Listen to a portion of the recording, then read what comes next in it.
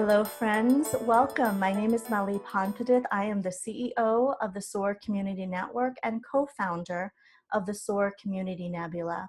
Our goal this year is to highlight and feature 1,000 champions of change and community builders all over the world. And today I am delighted to share an extraordinary soul with you, Dr. Sally Roesch Wagner. Thank you so much for being a part of our initiative. Thank you. I'm delighted to be here with you.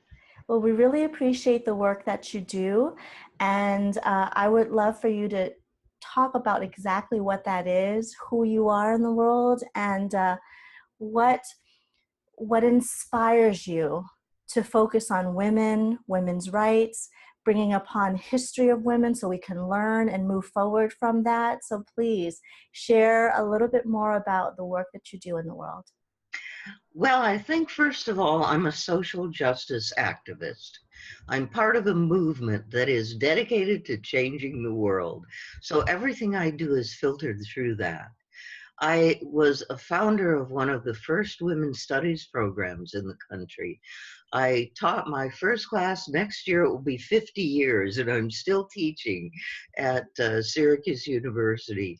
I also have one of the first doctorates awarded for work in women's studies, uh, writing about an unknown suffragist, Matilda Jocelyn Gage, who I have really devoted much of my life to.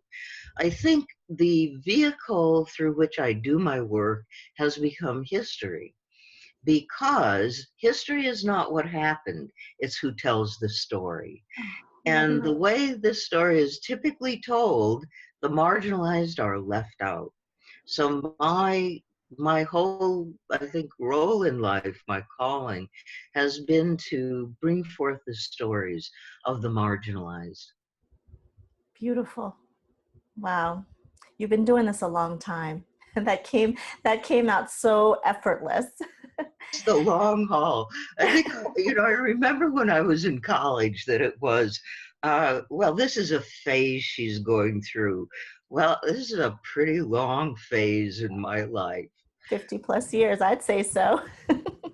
Dr. Wagner, as you think about the journey that you've been on and you look upon your life, and is there an anecdote or several around people, communities that have gone above and beyond to show you love and empathy, have lifted you up, have raised your level of awareness and helped you to become the woman that you are today?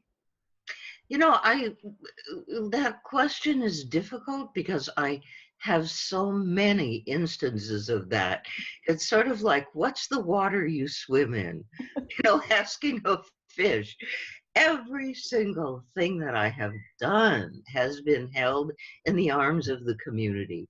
I just published an anthology of women's suffrage movement with Penguin Classics. Mm-hmm. And the realization of that was that it takes a village to write a book, because the reality of it is that I'm part of a movement.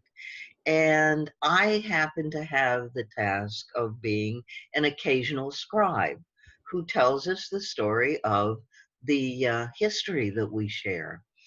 But everything that I have as a lens in looking at what are the things we need to know about that history comes through my involvement in the movement. It comes from every single conversation I have. When we finish this conversation, I will be a different person and I will do my work differently. And that's true of each and every conversation. So no, there's not a single one. There's an entire life of them. Beautiful, beautifully stated. Thank you for that perspective. As you think about community builders, champions of change, change agents, what characteristics come to mind, are consistent in your mind, that show up consistently through your entire life of people who really resonate to have these titles that we're giving them? I think that the easy thing is to flow downstream in the tide of history. And the movers and shakers are the ones who swim against the tide. They're the ones who have the courage to stand up to the existing conditions and to call this is not acceptable, and to say, I will be part of making the change that needs to happen. I think courage is really highly underrated in our culture, that it becomes a lifestyle. It becomes, the more you do it, the easier it gets. And so it just becomes part of who you are. I think that's true of social change agents. Mm. I love your answers. They're so simple yet so profound when you think about the courage that it takes. And I love what you said. You know, courage is something we practice, and over time we expand our muscles. When we first start to do it and we get those tomatoes or sticks or rocks thrown at us, we think and look at the mirror and say, why would I do that again? And then over time, you realize, you start to sniff out that it's coming, and you learn how to dodge and you learn to make it work. The strategies. You do an Right. action, you leave quick before they can arrest you.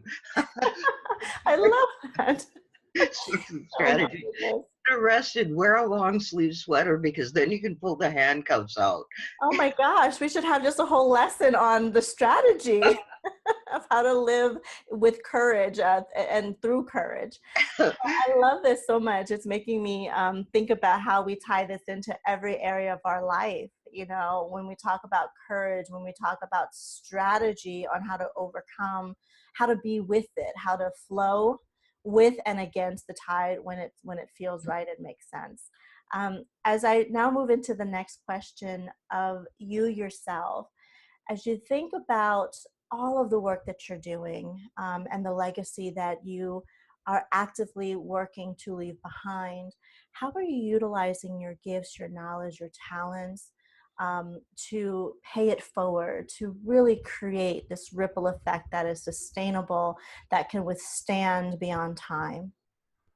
I think when I teach my students, I teach to their future tense. I teach to the ones that they will become. Mhm. Sometimes they have not experienced yet the injustice, especially the young women, to the extent that they will. So I think that I am the founder and the director of the Matilda Jocelyn Gage Foundation. We run the Center for Social Justice Dialogue out of the home of Matilda Jocelyn Gage. And we, instead of having the typical museum where, the house museum where you learn where this is where she ate and slept and, you know, the family lived, every one of the rooms in the house carries one of her social justice themes. Mm. So the legacy is really carrying on the work and the vision of Matilda Jocelyn Gage. She offered her home as a station on the Underground Railroad. She wrote about sex trafficking, that the amendment that abolished slavery did not abolish sex trafficking. Mm. Continues today. And she inspired the Oz books. She was the mother-in-law of L. Frank Baum, who wrote The Wizard of Oz. Now, why do we have such a strong female character in Oz? I wonder. A mother-in-law who lived with you, who was a feminist, who you were very close to. She also writes about the superior position, superior to her own country and culture, of Native women, indigenous women. She says, never was justice more perfect, never was civilization higher. And that's an issue that I write about. I have book Sisters in Spirit, the Haudenosaunee influence on the women's rights movement. I think our Girl Ambassador for Human Rights Project is part of the paying forward. This is, each year we bring girls from the entire community. We have girls from the inner city, from the um, the suburbs, from we have immigrant girls, we have a variety of girls that come together to learn from each other and also to learn how to become agents for social change. So perfect for our series. I'm speaking to the right woman for sure. Um, You. you know, in life, we don't always have things go our way. It's not always smooth. You were talking about swimming against the tide. I'm sure you've had your own journey in that. Is there a quote or a philosophy or a motto that really help you to come to center and empower you to keep going during those difficult times?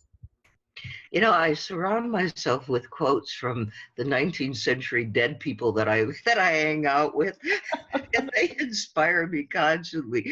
But I want to read you one especially, and this is from Matilda Jocelyn Gage. Perfect. A rebel. How glorious the name sounds when applied to woman. O rebellious woman, to you the world looks in hope. Upon you has fallen the glorious task of bringing liberty to the earth and all the inhabitants thereof. Wow. So I try to be a rebellious woman in honor of Matilda Jocelyn Gage. And you know, you have the perfect role and the perfect voice of a storyteller. Oh, thank you. Just when you were reading that, I got chills and it just brought me back. I felt like I was hearing it from her. It was 150 years ago. so fascinating. Wow. Well, it shows too how much studied you are, that you can embody her just by reading her quotes. So that's your life's work dedicated to that. So Dr. Wagner, as you look out into the world, what would a better world look like through your eyes? A better world would look like an indigenous world. I think that this is the deepest truth that I know right now. And it is that as we face the possibility of the end of life on this planet, all life, that's a very real possibility. That's the inevitable direction. If we keep going in the same way we're going, that's the inevitable result. There are people on this earth, my neighbors, my friends, who have a track record of how to live in balance and harmony with Mother Nature and understanding themselves in relationship to all life. And those are indigenous people. They have a track record. We in the West do not. I think it's time that we sit back and we take leadership from the natural leaders that can lead us into the survival of life on the planet. I think that survival depends on that. Powerfully stated. I cannot say anything else except to say thank you for speaking that out into the world. I believe it's truth, and I hope that it resonates with anyone who's watching this. So the next question is, how do those that are watching and are moved by all that you shared, how do they learn more about your initiatives, your organization, you connect with you personally? Um, my website, SallyRoeschWagner.com. May I spell that? Because this Absolutely, please. SallyRoeschWagner.com. And the Matilda Jocelyn Gage Foundation. And that's Matilda is spelled the usual way without an H. Jocelyn is JOSLYN and GAGE. Great. .org. .org. Thank you so very much. Thank you for your time. Thank you for sharing your insights and for being an incredible storyteller. I was really moved by some of the things that you shared and absolutely by the quote that you read. And thank you, Matilda. You were channeled today. For those that are watching, thank you so much for following us, for nominating the people in your lives that are making a difference. If you have not done so already, please nominate yourself or others that you know, so we can feature them and we can share their great work and the causes that matter to them for the benefit of us all. Please visit nebula.soarcommunitynetwork.com. Thank you so much, everybody, for tuning in, and we'll talk to you very, very soon. Take care for now.